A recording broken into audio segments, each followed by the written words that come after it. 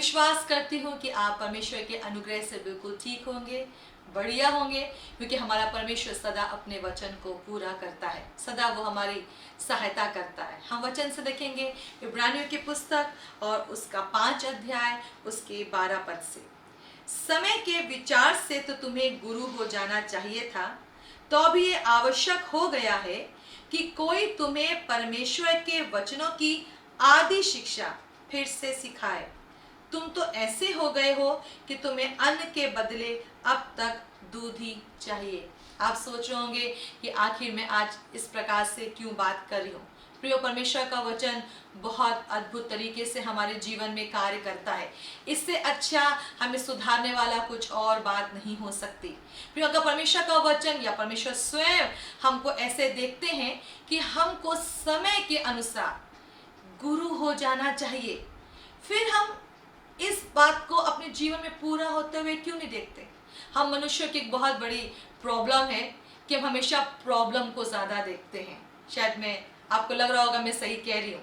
हम एक तो प्रॉब्लम को ज़्यादा देखते हैं। हम सोचते हैं कि नहीं दीदी, अगर प्रॉब्लम में नहीं होती तो आज हम कुछ और होते। हम हमेशा नौकरी को दोष दे रहे होते हैं, या हम कहते नहीं हमारे पत्नी नहीं बदल रही, हमारे पति नहीं बदल रहे, हमारे बच्चे ऐसे हैं, हमारी सास ऐसी है, हमारी बहू ऐसी है, हमारी नौकरी ऐसी है, हमारा बॉस ऐसा, हमारे पड़ोसी ऐसे हैं, ये कमी वो घटी। हम हमेशा सिर्फ प्रॉब्लम को ही देख रहे होते हैं। पर फिर वचन क्यों हमें ऐसा कहता है कि समय के अनुसार तो हमको गुरु हो जाना चाहिए था।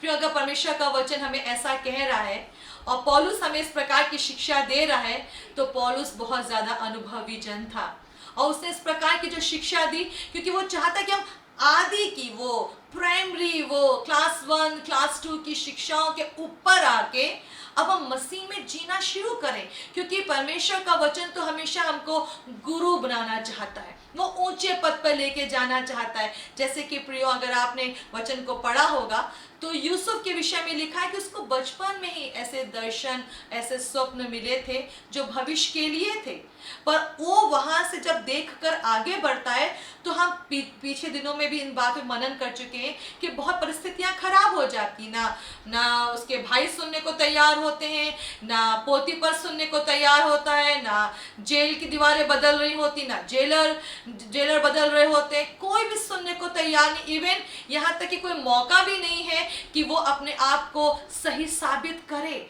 पर वहां पे यदि कुछ बदल रहा था तो वहां पे यूसुफ बदल रहा था। क्योंकि भजन संहिता की पुस्तक में ऐसे लिखा है प्रियो, उसके भजन संहिता 105 में उसके 19 पद से ऐसा लिखा है, जब तक कि उसकी बात पूरी ना हुई तब तक यहोवा का वचन उसे कसौटी पर कसता रहा।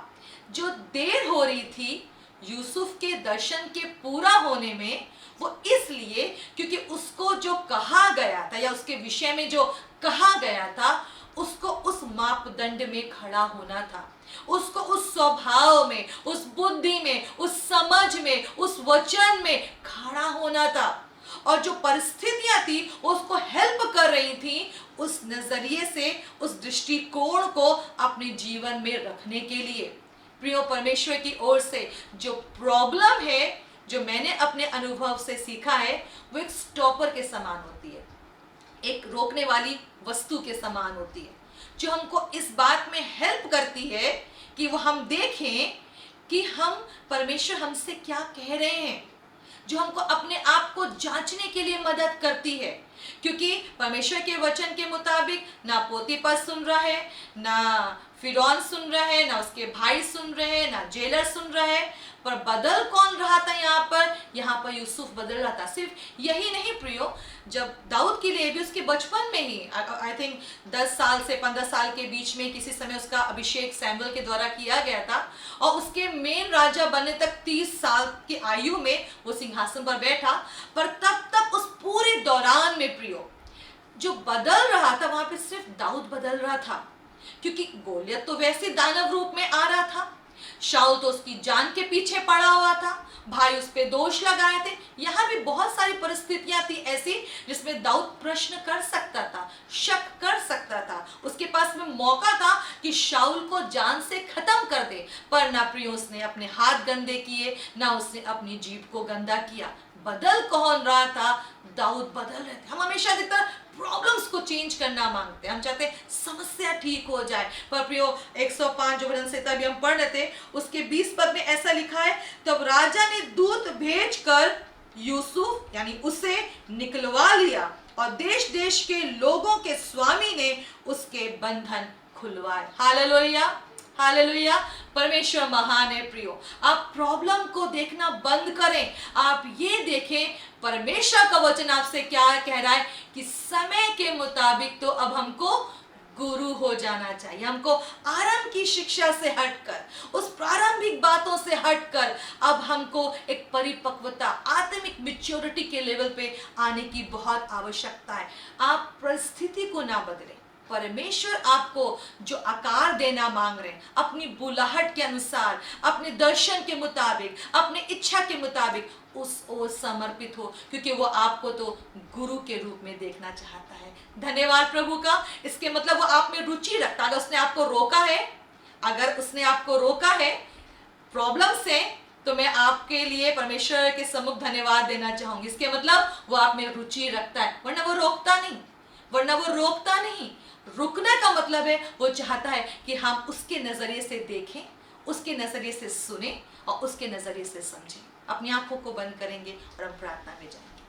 पिता परमेश्वर, हम आपका बहुत बहुत धन्यवाद करते हैं कि आपने हमारे लिए उत्तम स्तर रखा है।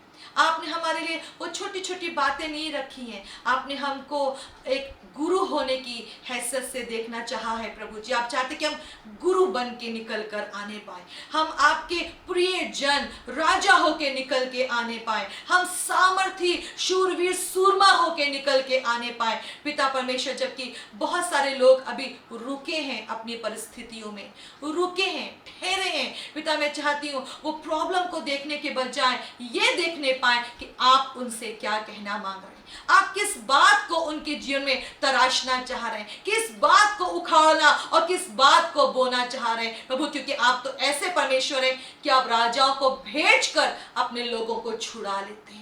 ओ हालेलुया पिता, आप तो सामर्थी कार्य करने वाले परमेश्वर हैं। मेरे लोगों की निगाह प्रभु आपकी ओर लगने पाए और वो देखने पाए जो आप दिखाना चाह रहे हैं, वो सुनने पाए जो आप उनसे बोल रहे हैं, वो उन बातों को समझने पाए जो आप चाह रहे हैं कि आपके प्रिय लोग समझे। सहायता करें। इस प्रार्थना को हम यीशु के नाम से मांगते हैं, आमीन। प्रभु का धन्यवाद करते हैं प्रियो कि वो अपनी उत्तम बातों से हमें हिम्मत देता है। आनंदित होइए, प्रभु आपको बहुत आशीष दे। जय मसीह।